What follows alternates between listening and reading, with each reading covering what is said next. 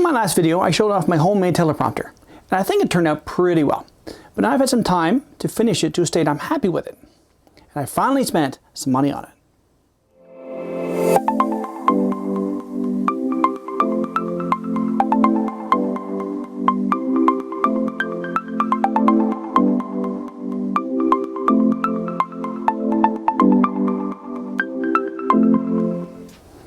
Greetings, Dave here, DCPFX. First, I want to thank all the new subscribers and everyone for dropping by my little place on YouTube. It is greatly appreciated. One of my Facebook friends even said that I come up as a recommended video when they're watching on their Apple TV. So that's pretty cool. Today I want to show off the final pieces of my teleprompter. I made some walls and covered them in some old black craft foam I had lying around. So now the whole setup looks like this. Due to how the teleprompter works, you need darkness behind the glass so that the words show up without being too washed out. So covering the camera sides like this does the trick. And as the top is still open, I still have easy access to the camera controls. Now, given that you can buy a teleprompter on Amazon for $200, and I've heard they're not very good, I'm happy that this is done with little to no cost to me. Well, until now. As I did a few run-throughs on the last video, there are times where the text got ahead of me and times where I got ahead of it. So thanks to a local, well, Toronto-based supplier called AV Shop, I now have the Parrot Padcaster Remote. This will allow me to slow things down while I'm speaking or speed them up as I need to. Like the teleprompter itself, this is a work in progress, but I think this could be something pretty cool. And at $25, that makes this a very inexpensive setup. On a prop note, I wanted to show off my progress on my hollow tricoder. Several rounds with spot putty, sand, prime, and repeat has got this looking pretty nice. And my friend Ken Rice gave me a little jab, so I decided to fill in the indents that had printing steps previously. So some spot putty and sanding later, there you go, nice and smooth. And now, thanks to GM Props, I have a lead on a sticker set for this. So I guess it's time to start working on the electronics.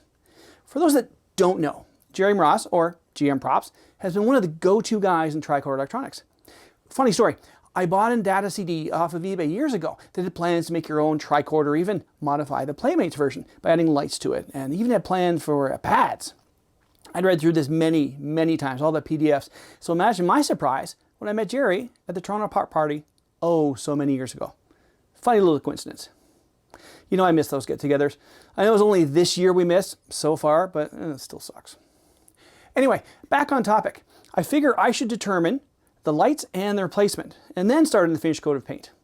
I don't want to ruin a nice paint job when I'm still working on the electronics. You know, scratch here, scratch there. Now, I need to decide how much I want in here by way of lights.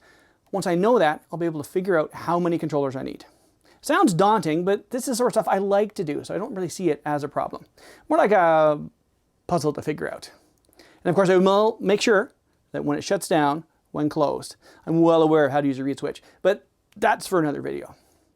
In fact, most likely make the wiring a video its own, or more like a series. Anyway, stay tuned. I'm thinking also that if this works out well, I may need to make a few of these. This is going to be a science tricorder, but I was asked on Facebook about making a medical one as well. So once I figure this out, that may be the next step. And well, as I do have medical engineering tops, I guess making more is now a moral imperative. Real Genius for the win. Seriously, if you haven't seen Real Genius, check it out. One of Val Kilmer's better roles, in my opinion. And I did take advantage of post-Halloween sales. So a Command Red TNG top is on its way to me. Expect to see that soon. You know, maybe I should use the green screen and set up a video with all three, or I guess even all six. I guess, you know, throw in lower decks as well. I could make a scene. That could be fun, couldn't it? Huh. Food for thought.